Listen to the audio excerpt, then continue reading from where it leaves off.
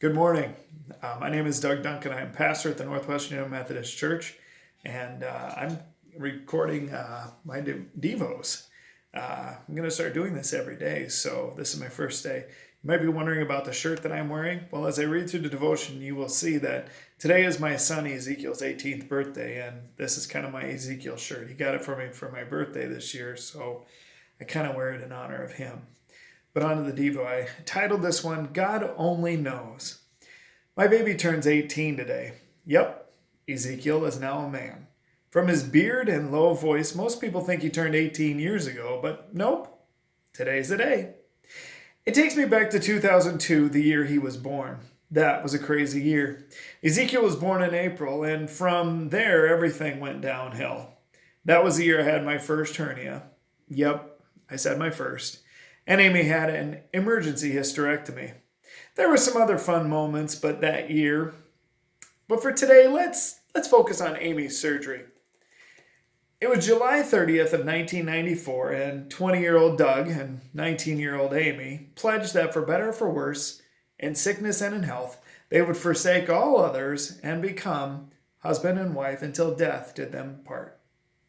In January of 1995, Amy announced to Doug that she was pregnant with her first child, and from there until 2002, as Amy puts it, I was pregnant or nursing for 7 straight years. So it was in early 1996 that Amy announced her second pregnancy, in 1998, number 3, and in 2000, number 4. Amy was tired of this and in tears from fatigue and also from guilt of not being happy of another child being on the way, would say, "Why, God?" So it was in the fall of 2001. Amy began feeling those familiar signs of pregnancy again, and she cried out, "It's not possible!" Oh, but it was. Ezekiel was on the way. He was born on April 17th of 2002, and by June, Amy was feeling a strange lump in her stomach, followed by a lump in her throat. "Okay, this is not possible. I cannot be pregnant," she said. So she went to her doctor, and sure enough, she was not pregnant. It was a tumor attached to her ovary that was, at that time, the size of a grapefruit. At that point, it was unknown if it was cancerous or not, but one thing was for sure, it needed to come out.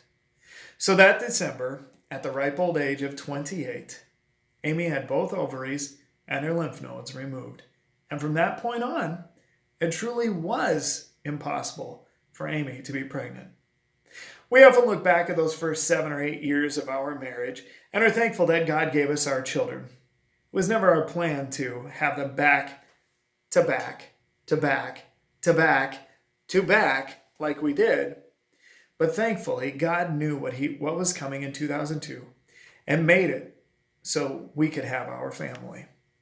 So on Ezekiel's birthday each year, I'm reminded of this story, and the verse that always comes to mind is Proverbs 19:21. "Many are the plans in the mind of a man, but it is the purpose of the Lord that will stand." We all have plans. We all dream of how life and the path we travel will play out. But seldom, if ever, does it go the way we expect. God only knows where all the twists and turns will lead.